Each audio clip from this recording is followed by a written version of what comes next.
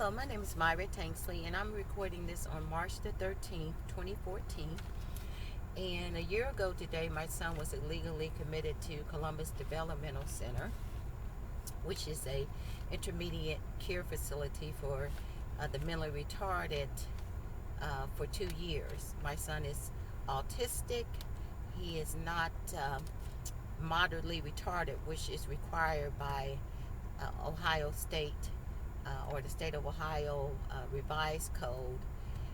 So it's a statute that says to involuntarily, civilly commit resident to Columbus Developmental Center, they must be moderately retarded. And on the Facebook page that I created for my son, which is the abuse and neglect of autistic Marquise Tanksley by the government, I have a picture of the former CDC psychologist Steve Pruitt writing that Marquise was not moderately retarded, therefore he does not meet the criteria to be involuntarily committed to a state-operated developmental center, which CDC is. CDC stands for Columbus Developmental Center. And I always try to give backdrops to my audio videos, because I know some people might not have seen the ones in the past or might not know anything about this case. So I always try to give people backdrops in audio videos, and then of course sometimes I'll write comments in some of them, and the Facebook page that I just cited is just full of posts because unfortunately me and Marquise has been in a system, and I use the word system as a key word because the corruption has been systemic. It's not just been one agency. It's been all these people work in concert. They all protect each other. They all, protect each other by patting each other's back. They all jump on the same bandwagon. They all slander. They all lie. And nobody acknowledges the anything that has happened to my son and myself. Now, Marquise has suffered immensely. He's just been abused and neglected in just about every way imaginable. But I have also been blocked as his guardian, and I thought it was very important for people not to only see some of the abuse and the cruelty and the neglect that Marquise has suffered at CDC. And I also have a pic of Marquise sustaining a cut eye after a security guard at the hospital, which this audio video is going to be about OSU, Ohio State University Medical Center. But I didn't think that it was fulfilling what I'm doing by exposing this, just showing the abuse and the neglect and the assaults. They're very important, and like I said, I'm able to back up what I put out there. I don't sit around and make these things up about these people. These people do it. I capture the dirt, and then I make sure that as part of revealing it and bringing awareness and letting people see what happens, I make sure that I bring the evidence along with it. But it's also important to show how these things come about, how these people work behind the scenes, behind closed doors, abusing their power, using all their dirty tricks, and the corruption that follows. So we're talking about judges, we're talking about courts, we're talking about agencies, hospitals, agencies, individual attorneys, individual social workers, or anybody that's in that system. This is, how they do it, how they can take a loving mother's guardianship away, how they can illegally commit an individual to a facility that they don't belong in, and that's the reason why Marquise has been treated like crap. That institution is basically for mentally retarded people. It's not for autism, and autism is about as different as the letter of the alphabet from mental retardation. And then OSU, Marquise and I have a terrible history with OSU. Ohio State University Wexner Medical Center actually has a psychiatric hospital for adults and for children, and it's called OSU Harding Hospital. And many times that's where the police would would want to transfer Marquise, and that's where he would go. And there has been some voluntary admissions, but that was back when Marquise was a minor.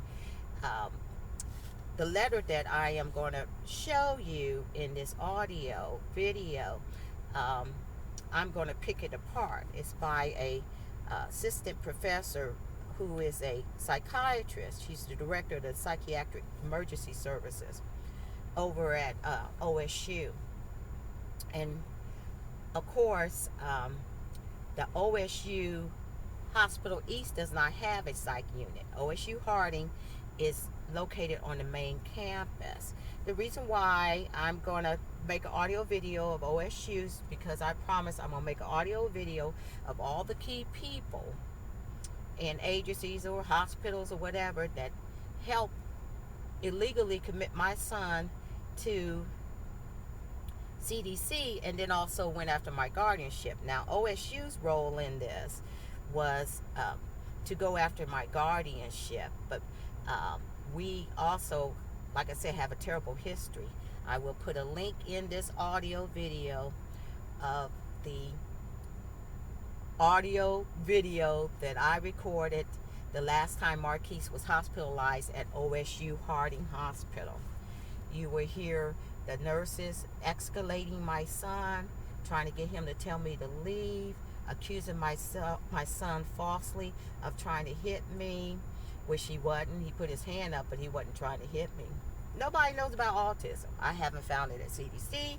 I haven't found it at OSU, where Marquise was abused in the hospital. He's just been having ongoing abuses everywhere he's been, you know.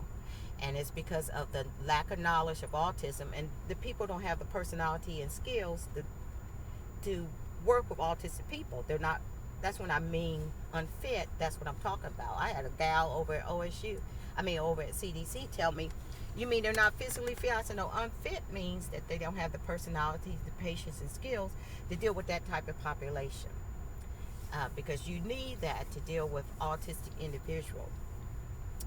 So this tape is about OSU, and like I said, I will put a link in that in this audio video of the audio video that I uploaded, and I believe that was back in 2012,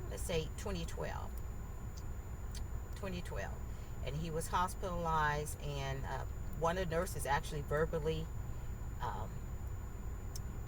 two of them verbally attacked me, and then one of them actually physically assaulted me by grabbing the sleeve of my jacket, and was trying to pull me away from my son's room. He was screaming and yelling because he didn't want me to leave. But you know, I'm a RN myself, but this RN actually pulled the sleeve of my jacket. So, you know, talking about unprofessionalism, you know, it was conduct unbecoming to a professional registered nurse, you know.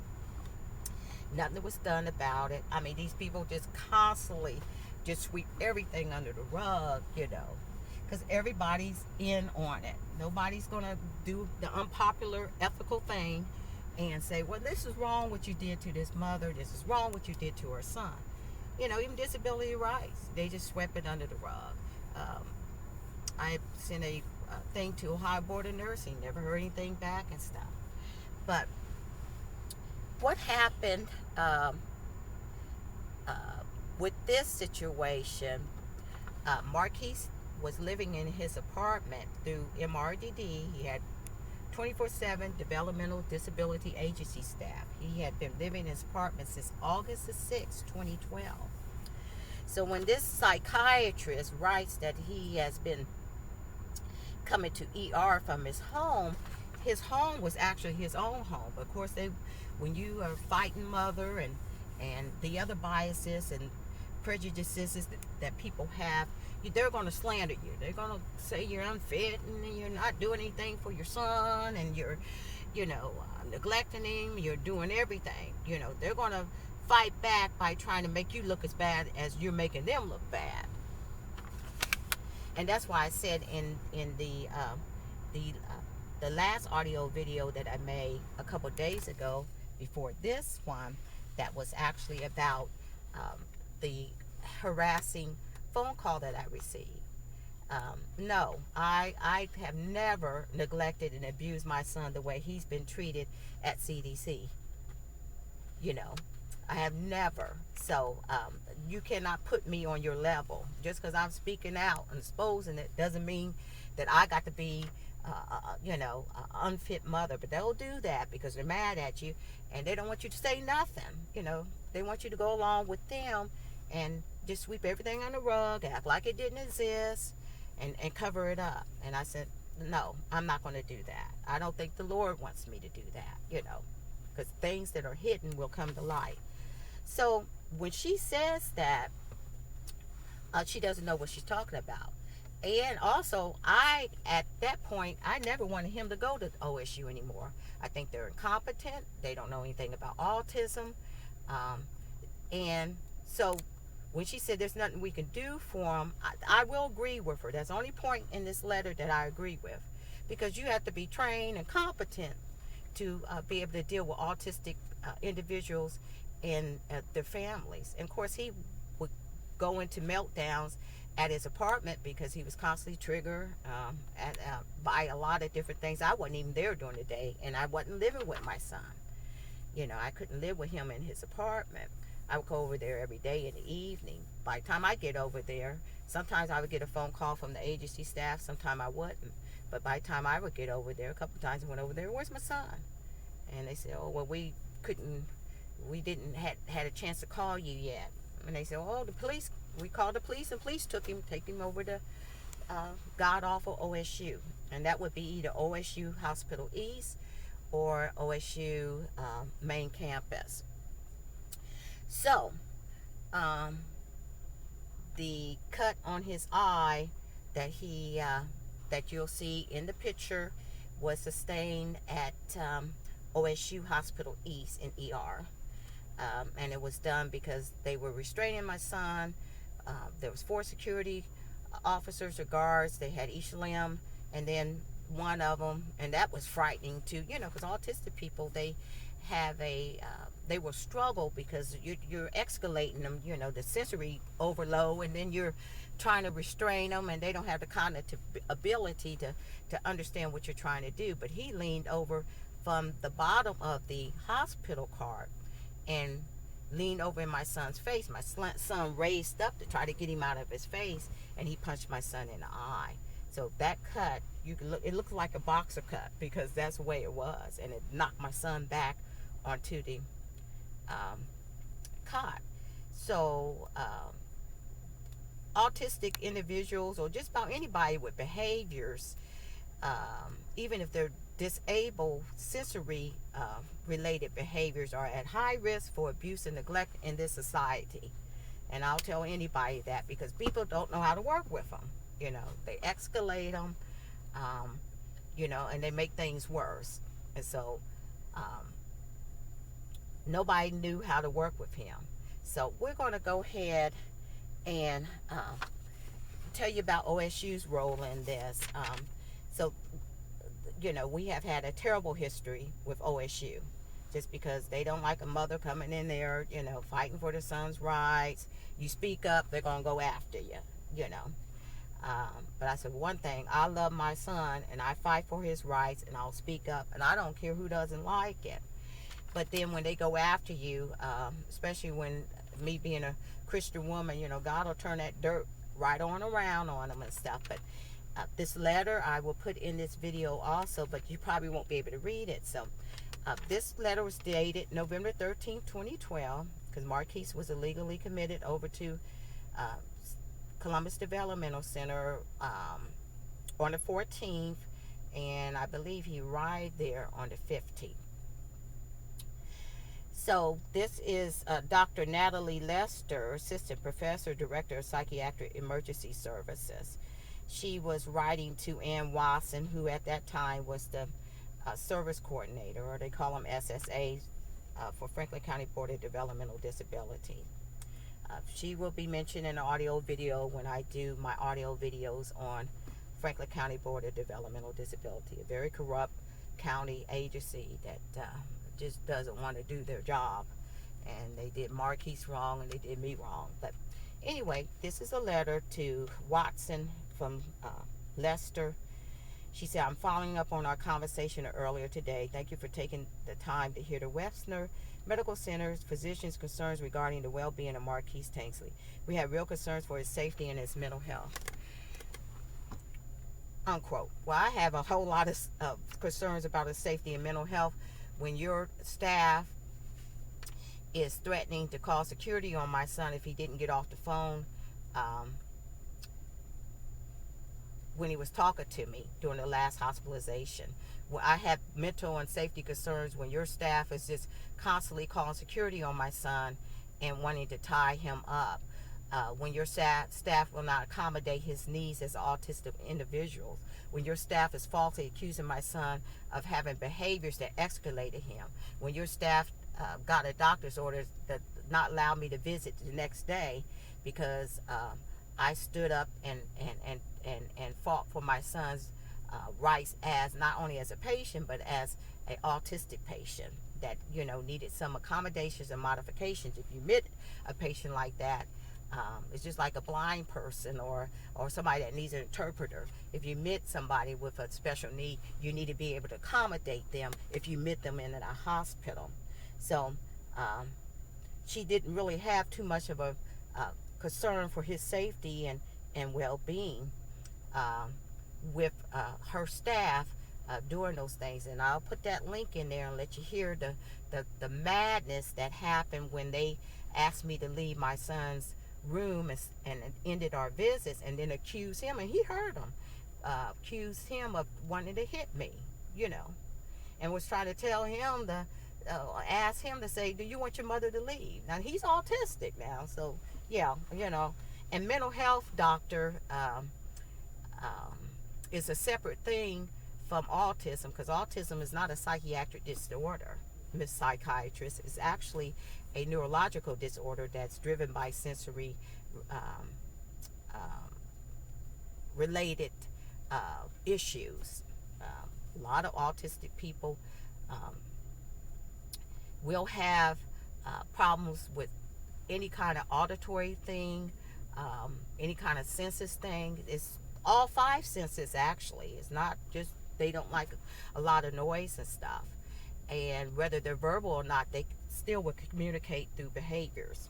So I'm very concerned when they would take him over to OSU ER, either one, whether it was East or the main campus. I was very concerned, and he would be so overloaded by the time I got there and found out that he was there and had to drop everything, go over there.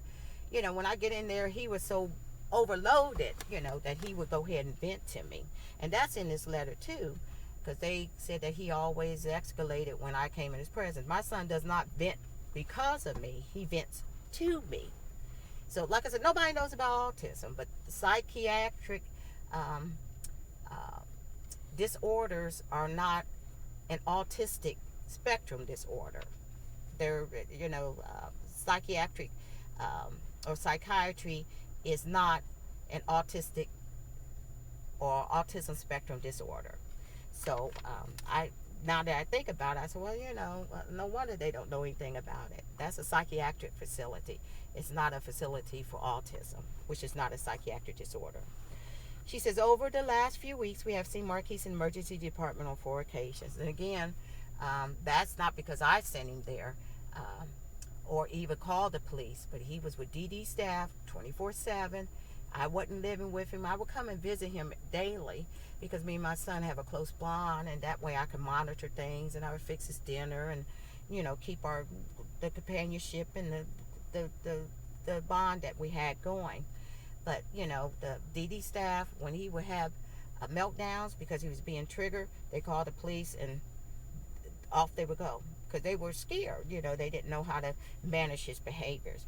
On each occasion, he has been brought to ED by the police or EMS following violent outbursts at home, often including assaults on emergency medical staff and or the police. So she doesn't understand that if my son might be having meltdowns, or if he might be, you know, having some violent aggression, or physical aggression, or verbal aggression, it's because of a meltdown, and it's because of him being triggered. And you got a bunch of police officers coming at you, or EMS officers coming at you, and your mom is not present, stuff, you're going to escalate. You're not going to de-escalate. And she said, we have learned that his mother, who is his guardian, here we go, has taken him off of the psychiatric medication that were prescribed for him during one of his inpatient missions. And she never really, don't say it, back it up. What medications are you talking about, doc? And this letter was used against me in the guardianship hearing. But nobody never really said, what admission or what hospitalization it was and what the medication was. But back it up. Don't just say that. You got to say, well, this medication she took him off of, and that sort of thing. And I have never taken my son off of any type of medication without consulting a doctor first. So usually it ends up, as a nurse, me reporting what's going on and the doc's taking him off and stuff. But one thing is for sure, these psychiatrists or and there's some good psychiatrists, but then you got quacks. They believe in their meds, and all medication is not right for an individual. So if it's going to work for him, he can, fine. If it's not, I'm going to report it to try to get him off of it. So just because you prescribe an antipsychotic or a psychotropic medication, Miss Psychiatrist, doesn't mean it's going to work for that individual. And usually they're not there long enough for you to really see how the medication works. These medications take a while before you can really see whether they're going to work or not. And usually they're discharged from the inpatient unit before that happens. So here comes all the slander. So additionally, he has not seen his outpatient psychiatrist over the last year. Well, why is that? It's because the doctor, his name was Dr. James Duffy from a Rocking Horse in Springfield. We live in Columbus, but I would drive him to Springfield because I felt that Dr. Duffy was competent. He not only was a psychiatrist and a pediatrician, Dr. Duffy also knew about behavioral health and had some other autistic patients or clients that he was seeing at Rocking Horse in Springfield. And during that time, Marquise had actually, the last time he was there, he had actually had a meltdown. So when I would call Dr. Duffy, and over that course of the year, Miss Psychiatrist, I actually had talked to Dr. Duffy at least probably 3 times on the phone, relaying symptoms and what was going on. And Dr. Duffy didn't say, well, you got to bring him in. I think he trusted me well enough as a mother and as an RN to feel he didn't have to see Marquise. He felt competent and comfortable enough to actually listen to what I had to say, and went ahead and prescribed medications. And he thought it was good enough for him to talk to me on the phone and not have to see Marquise in his office, because he kept on prescribing his medications. He was the doctor that would refill his medications every month. So when you make slanderous things like that, you need to know the reason why, because he didn't see Dr. Duffy in his office. But it doesn't mean that me and Dr. Duffy did not have contact about Marquise's signs and symptoms, his medication, or anything that, he was following.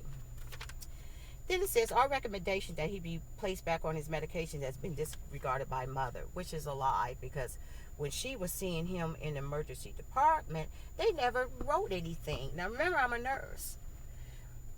They never wrote anything about changing his medications. The only person that ever really said anything about his medications was at Riverside Methodist Hospital. Was a psychiatrist in ER by the name of Dr. Megan Shelby or Sheelan. I can't remember her name. Anyway, I got the paper, and she said that I recommend that he comes off of Thorazine, and she actually wrote down a titration or weaning schedule, not the titrating him up, but to wean him off of the Thorazine. And she said, just go ahead and let Dr. Duffy know about it, which I did. And then I told her, I said, well, just fax it at Dr. Duffy's office, but I'm going to do this because I didn't think the Thorazine was helping him. So I got that document. I also had it in the guardianship hearing. So I also actually used it as an exhibit. And I also used the dates and phone calls and the responses from Dr. Duffy in the guardianship hearing. And it was Exhibit H, I remember. So I had quite a few exhibits that was completely ignored by probate court of Franklin County, Ohio. And they didn't dictate it. The magistrate said he was recording it on a tape recorder and stuff. I mean, just corruption. I mean, it's just... But I vowed that I said I need to put that out there too, and let people know how these people are so corrupt, and everything.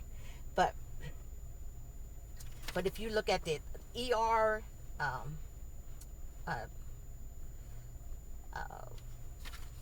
papers, when they give you the ER home instructions, all that kind of stuff, they never said anything about, we recommend that he be, but started on this, started on that. It was like, get him out of here, During his ED visits, she says, we have seen episodes of increased violence when he's in his mother's presence. And then again, like I said, that anything to make this mom look bad for speaking up, because I'm supposed to be quiet. I'm not supposed to say anything, But I'm not that type of mother. That's it, because I know these people don't know anything about autism, and I love my son dearly, and I'm that type of mother. And again, Marquise doesn't vent because of me. He vents to me. But by the time I would get there and they have him in a busy ER with all the sights and sounds and people barking in and going in and yelling at him, and it will trigger an autistic individual. So by the time I get there, he would be so upset and wanting to leave and everything. But, he ain't never said, oh, get out of here, Mom, or I can't stand you, or don't come near me. Like, please, Mom, get me out of here.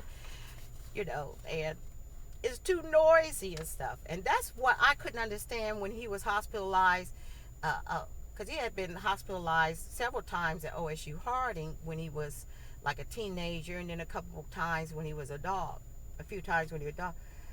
And they could hear him telling me, I want to leave, I want to get out of here. But they would still say, well, you don't need to visit. I said, well, no, I need to visit because he loves his mom and mom loves him. And he wants to see his mom. I said, can't you hear what he's saying? He's upset and he's agitated because he wants me to take him home. He doesn't want to stay here in this crappy hospital that doesn't know how to meet his needs as an autistic individual. You can hear him say, I want to go home. It's not, you don't hear him say, I hate Mom and all that kind of stuff. So that's the kind of stuff I'm talking about. I said, when you got sick people like that, and they so angry at you, they're going to turn the truth into a lie. And sometimes this stuff is just unbelievable. The ignorance, the incompetence, the lies and stuff.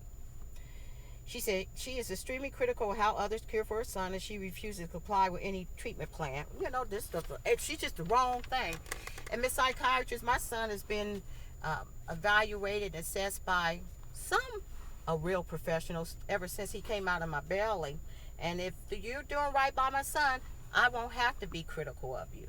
But when I see him being abused and neglect, I'm going to speak up. And I'm not the kind of mother that's not afraid to challenge anyone for the well-being of my son. I don't treat him like that, and your job and your staff, and that's any place, is to treat him, do your job, follow your mission. I'm not the kind that just, tuck my tail between my legs and keep quiet about it. She demands that he be released back to her care.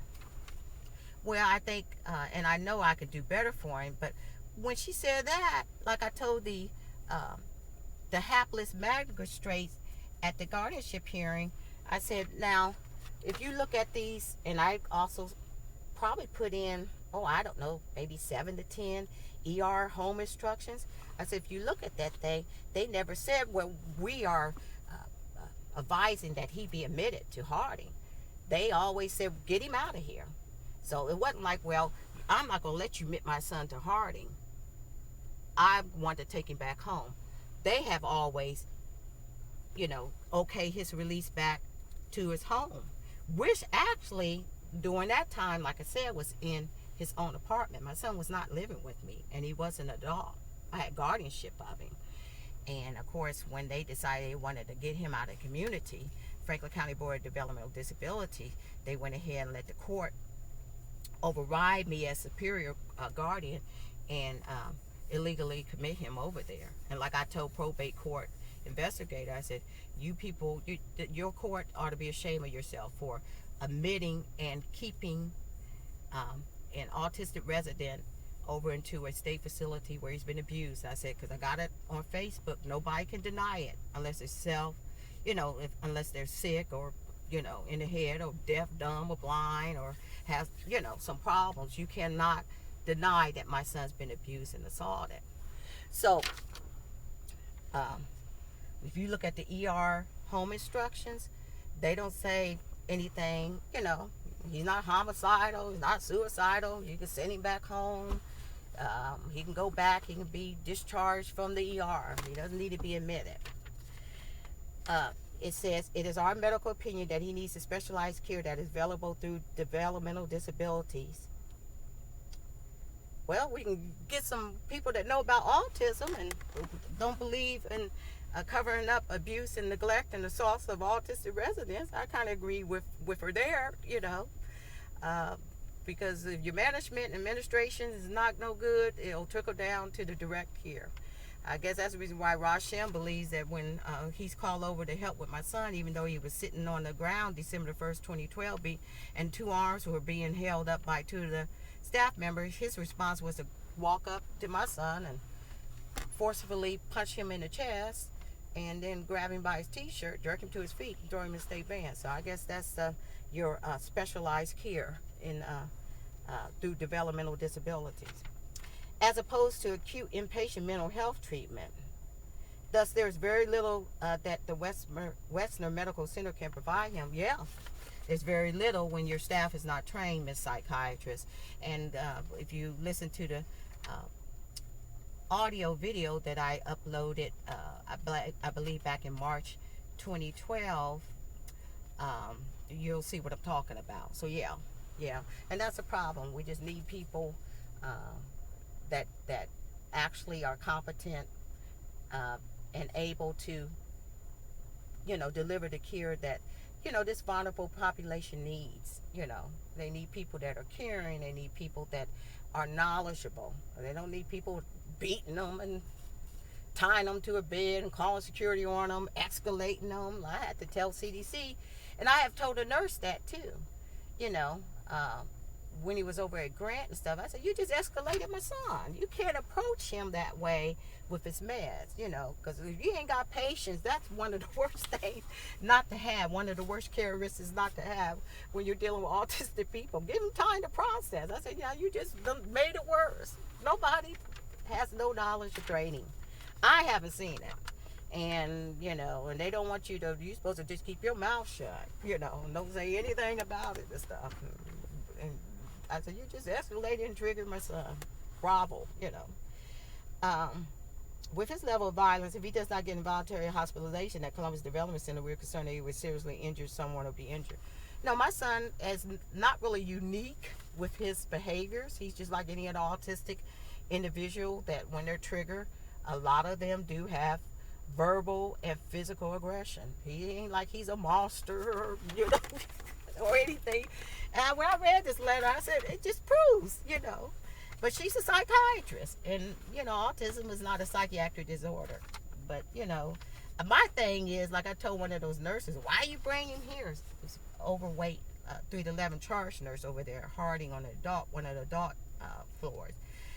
And I'm going like, well, don't get mad at me. I said, your administration admits autistic patients. The problem is you people ain't been trained. If you admit a patient, you need to be able to accommodate them and properly, competently care for them and stuff. So we concerned that you seriously injured, someone will be injured. But you know, if you look at the autism, or go to the autism threads and websites and message boards and go to YouTube, you know, autism, this is not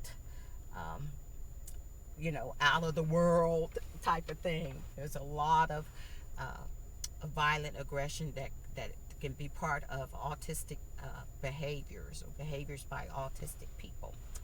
So he needs a thorough evaluation and development of a treatment plan by experts in developmental disabilities.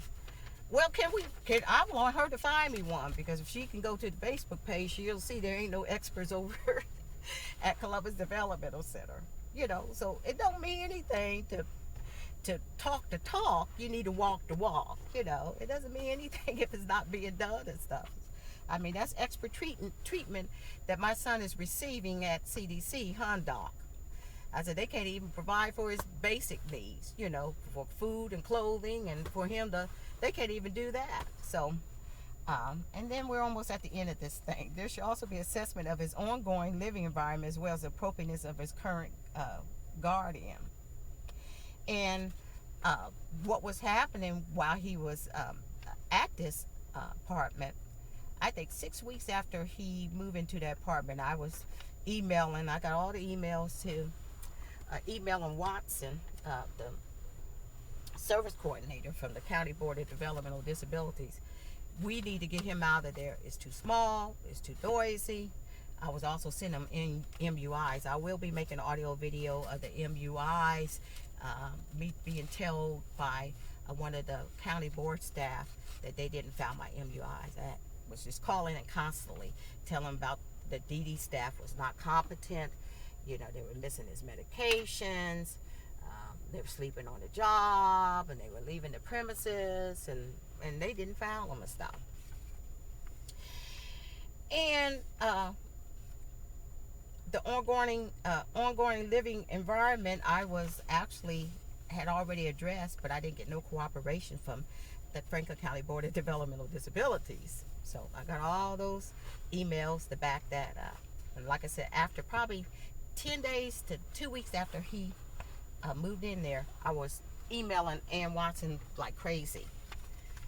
And I got excuses. They don't have no place now and stuff. But when I first started talking to her, and when she first became his SSI, not SSI, but his SSA service coordinator, she was telling me, well, locations change daily. But nothing came out of that. Then it says, my fellow physicians and I would be happy to provide any additional information that might be helpful to you in reaching the decision on Marquise's care. And then she said I could be reached at this number or by email. And then that was the end of it. So like I said, I don't like hypocrites. I said, now you don't sit up and try to, you know, pretend that OSU has what they have done, or any kind of interaction with my son has been competent and knowledgeable and ethical. That hospital has treated him like crap and treated me like crap. And I have that audio video of him actually being falsely accused by the nurses of wanting to hit his mom, and they trigger him when they told me I had to leave. But I also have like 2 or 3 other tapes of Marquise begging them, can my mom come see me tomorrow, and them hanging the phone up on him because he said, I want to see you. Oh, it's just heartbreaking. I think I want to upload those too. And then you can hear somebody at the desk, either one of the nurses or staff or aides or whoever, say, if you don't get off the phone, we're going to call security.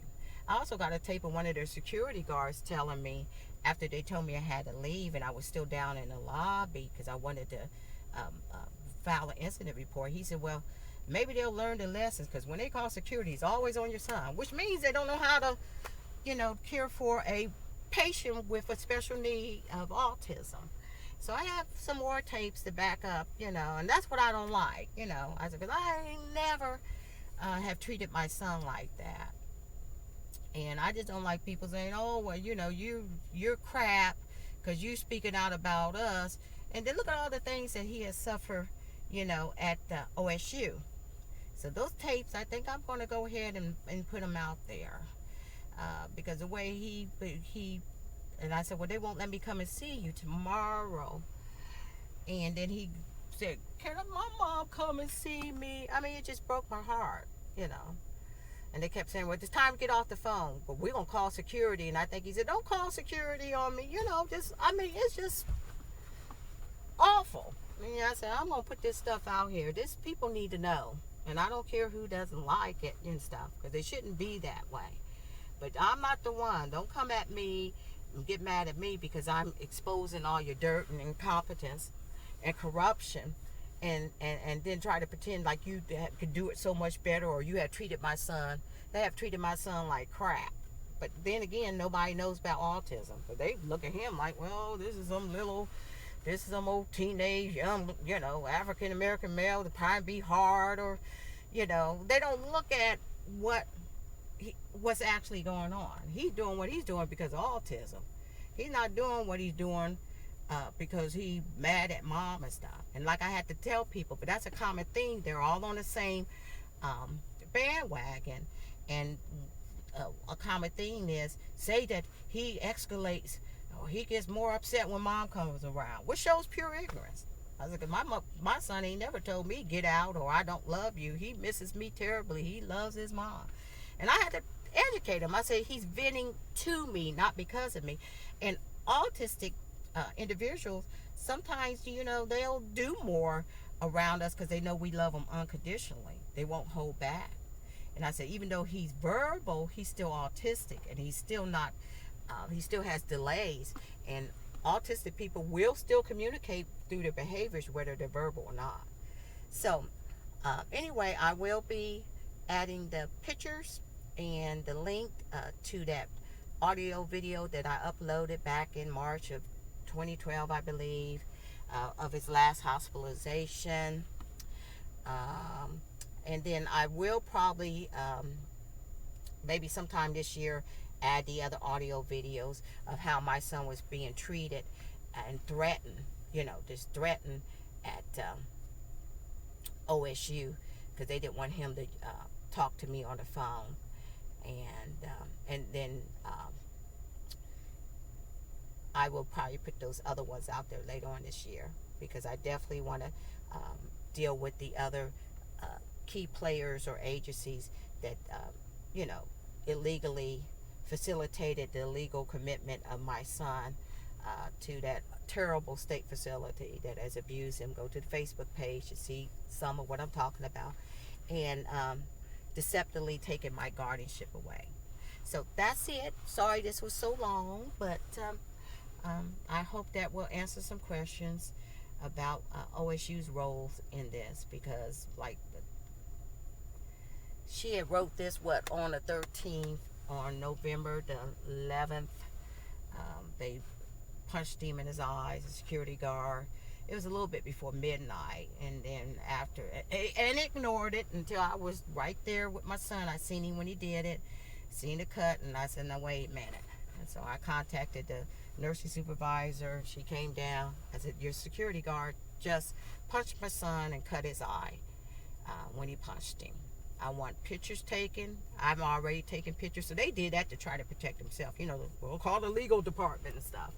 So they took the pictures, and I had to give consent, and I didn't know what I was going to do with it at that time, but because I had a different cell phone, but I was snapping away, and I think he was restrained, all 4 limb restraints, and I think he had he might have a little spot on his arm, but it wasn't significant like this cut on his eye and stuff. So that's how that came about. And the pictures that I'm using, or the picture that I'm using in this audio video, is OSU's picture, because they actually took pictures for them, and took pictures and then gave me copies of the picture that they took for their records and stuff.